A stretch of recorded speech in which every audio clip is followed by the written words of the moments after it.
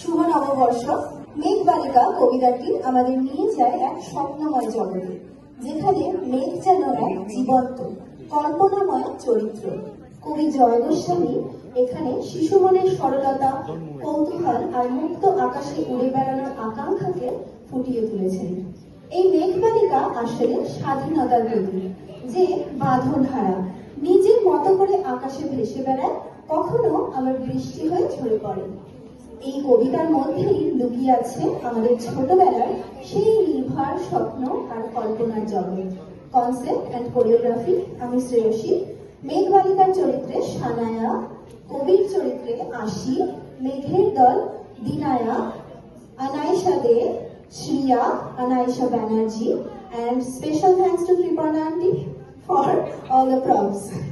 Thank you. শুরু করছি জয় গোস্বামী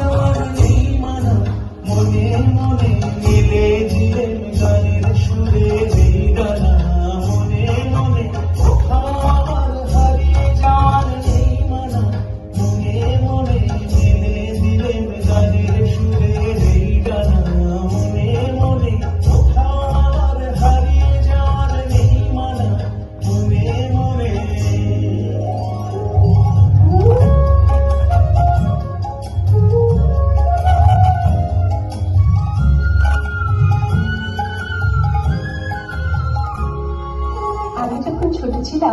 খেলতে যেতাম মেঘের দলে। একদিন এক মেঘবালিকা প্রশ্ন করল কৌতূহলে, এই ছেলেটা নাম কি রে তোর? আমি বললাম কুষ্মন্ত। মেঘবালিকা রেগেই লাগল, মিথ্যে কথা, নাম কি এমন হয় কখনো? আমি বললাম নিশ্চয়ই হয়, আগে আমার গল্প শোনো। সে বলল শুনবো না, যা, সেই তো রানী, সেই তো রাজা, সেই তো একই ঢাল তলোয়া, সেই তো একই রাজার কুমার পক্ষীরাজে, শুনবো না আর, ওসব বাজে। আমি বললাম তোমার জন্য নতুন করে লিখবো তবে। সে বলল সত্যি লিখবি? বেশ, তাহলে মস্ত করে লিখতে হবে, মনে থাকবে লিখে কিন্তু আমায় দিবি। আমি বললাম তোমার জন্য লিখতে পারি এক পৃথিবী।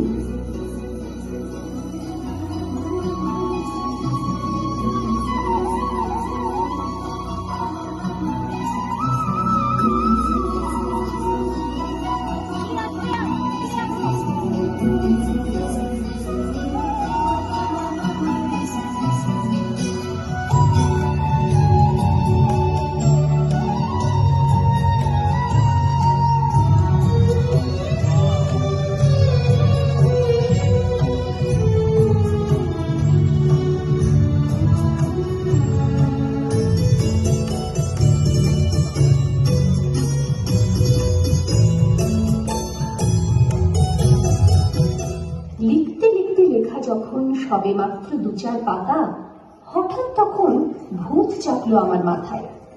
খুঁজতে খুঁজতে চলে গেলাম ছোটবেলার মেঘের মাঠে।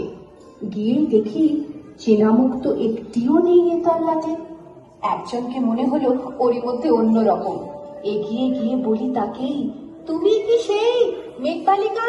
তুমি কি সেই? সে বলেছে মনে তো নেই, আমার সব মনে তো নেই। আমি বললাম তুমি আমায় লেখার কথা বলেছিলে।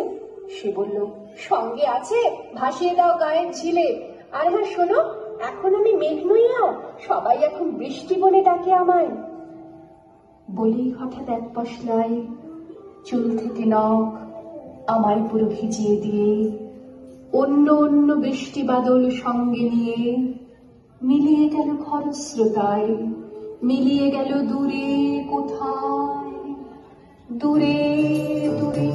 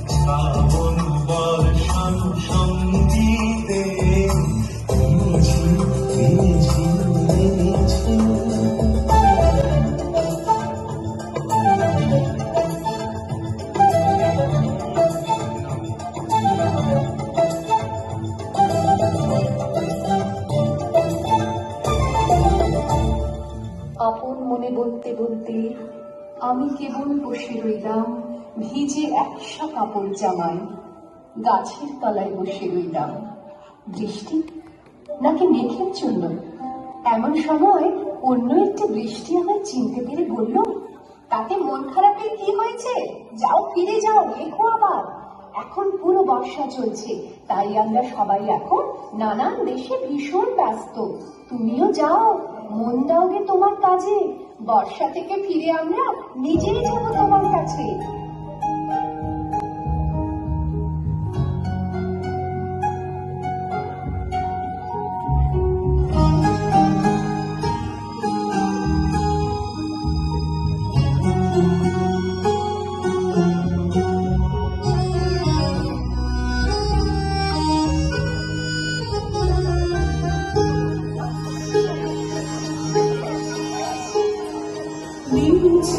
ঘন ঘন রে বরষে, রিমঝিম ঘন ঘন রে বরষে, রিমঝিম ঘন ঘন রে বরষে, রিমঝিম ঘন ঘন রে বরষে।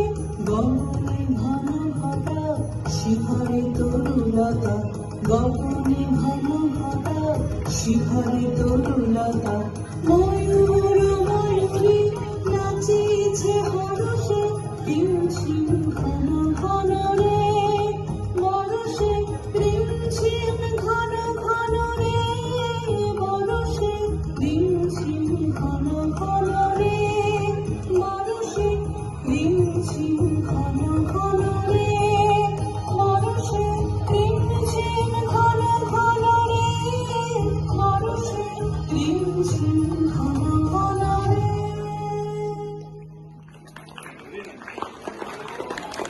এক পৃথিবী লিখবো আমি, এক পৃথিবী লিখবো বলে ঘর ছেড়ে সেই বেরিয়ে গেলাম। ঘর ছেড়ে সেই ঘর বাঁধলাম গহন বলে, সঙ্গে শুধু কাগজ কলম। একাই থাকবো, একাই দুটো ফুটিয়ে খাবো, দু এক মুঠো ধুলো বালি। যখন যারা আসবে মনে তাদের লিখবো, লিখেই যাব। এক পৃথিবীর 100 রকম স্বপ্ন দেখার সাধ্য থাকবে যে রূপ কথার, সে রূপ কথা আমার একার। ঘাড় গুঁজে দিন লিখতে লিখতে, ঘাড় গুঁজে রাত লিখতে লিখতে, মুছেছে দিন মুছেছে রাত। যখন আমার লেখবার হাত অসাড় হলো, মনে পড়ল সাল কি তারিখ, বছর কি মাস, সেসব হিসেব আর ধরিনি। লেখার দিকে তাকিয়ে দেখি এক পৃথিবী লিখবো বলে একটা খাতাও শেষ করিনি। সঙ্গে সঙ্গে ঝমঝমিয়ে বৃষ্টি এলো খাতার উপর, আজীবনের লেখার উপর। বৃষ্টি এলো এই অরণ্যে, বাইরে তখন গাছের নিচে নাচছে ময়ূর আনন্দিত। এ গাছ ও গাছ উঠছে পাখি, বলছে পাখি এই অরণ্যে কবির জন্যে আমরা থাকি। বলছে ওরা কবির জন্যে আমরা কোথাও, আমরা কোথাও, আমরা কোথাও হার মানিনি। কবি তখন কুটির থেকে তাকিয়ে আছে অনেক দূরে, বনের পরে, মাঠের পরে, নদীর পরে, সেই যেখানে সারা জীবন বৃষ্টি পড়ে, বৃষ্টি পড়ে, সেই যেখানে কেউ যায়নি, কেউ যায় না কোনোদিনই। আজ সে কবি দেখতে পাচ্ছে সেই দেশে সেই ঝর্ণা তলায় এদিক ওদিক ছুটে বেড়ায় সোনায় মোড়া মেঘ হরিণী, কিশোর বেলা সেই হরিণী।